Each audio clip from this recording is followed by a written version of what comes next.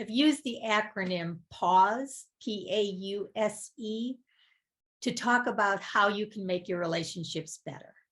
So I'm going to give you a 2-minute overview of each one. The first is P, be present. So what does it mean to be present? It means take a breath. Before you react to someone triggering you, take a breath and be in the present moment. Don't think about what they did in the past. Don't project that they're always going to be that way in the future, but allow yourself to sit with whatever you're feeling in that moment. But take a breath first. Bring yourself to the present moment. Because when you do, you can speak for any parts of you instead of from a part. Meaning, if there's a part of you that's triggered and is angry, you don't have to get enraged. You can take a breath, come into the present moment, and talk about the part of you that's angry. And usually you're angry because there's the part of you that's sad or hurt.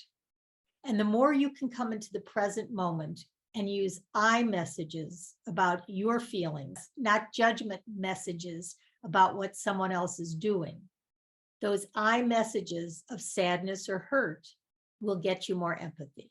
So come into the present by taking a breath, noticing your body, speaking for a part, and using I messages. A is for authentic. How authentic are you being in your relationship right now? When someone says something to you and you notice that you're frustrated or you're judgmental or you're hurt or you're sad or you're scared, do you try to filter what you're going to say to see how it's going to land on them?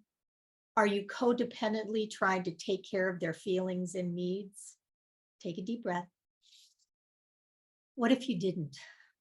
What if you had the courage to speak for your parts when you're aware of them, without worrying how it's going to land, doing it with kindness, but still talking about, I'm feeling hurt by what you said.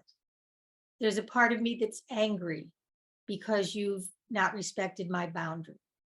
So learn to be authentic and trust yourself enough to know that when you're speaking from your higher self about your parts, other people can respond more authentically too, and you can change the dynamics in your relationship. You, understanding. And start by understanding you, meaning begin to notice how you automatically react to someone. Does your chest tighten? Do your hands clench? Do you feel a pounding in your head? Understand that you're having physical reactions that often have a message for you. So tap into that. What does it mean when your chest clenches? Is it fear? Is it anger? Is it resentment? Be present and understand that you have your feelings. And the more you pay attention to the parts of you that carry those feelings, the more you can show up from your highest self. So understand that when A happens, you have a thought, which leads to a feeling. But you can also understand that you can change your thought.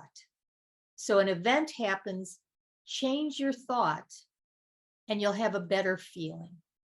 So understand that you probably have filters by which you're judging someone else. You have walls around your heart that you've built up, and understanding how to let go of the filters, ask your heart to soften so it doesn't need walls, and protect yourself with higher self energy, appropriate boundaries, pausing before you speak, and being authentic, and understanding with S, sensitivity.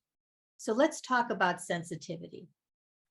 And what I mean by that is be aware of what you're feeling, of what you're thinking, of what you want and what you need. Be sensitive to your own parts. And by tuning in and by taking care of and by listening and by unburdening those parts, you will have more compassion for yourself and eventually for the other party. So if you're pausing, being authentic, understanding your parts, being sensitive to what they need, it will all lead to E, empathy. Stay tuned. Let's talk about empathy, my favorite. When you're showing someone empathy, you start by being empathetic to yourself, meaning you're present, authentic, understanding, and sensitive to your own parts. You show them the attention, affection, appreciation, and acceptance that they need. And then you can show empathy to someone else. You do that by using I messages, not you messages. So if you think someone is being unfair or you're angry, instead of saying you're being wrong or you're being bad or you're neglecting me, you talk about the feelings underneath.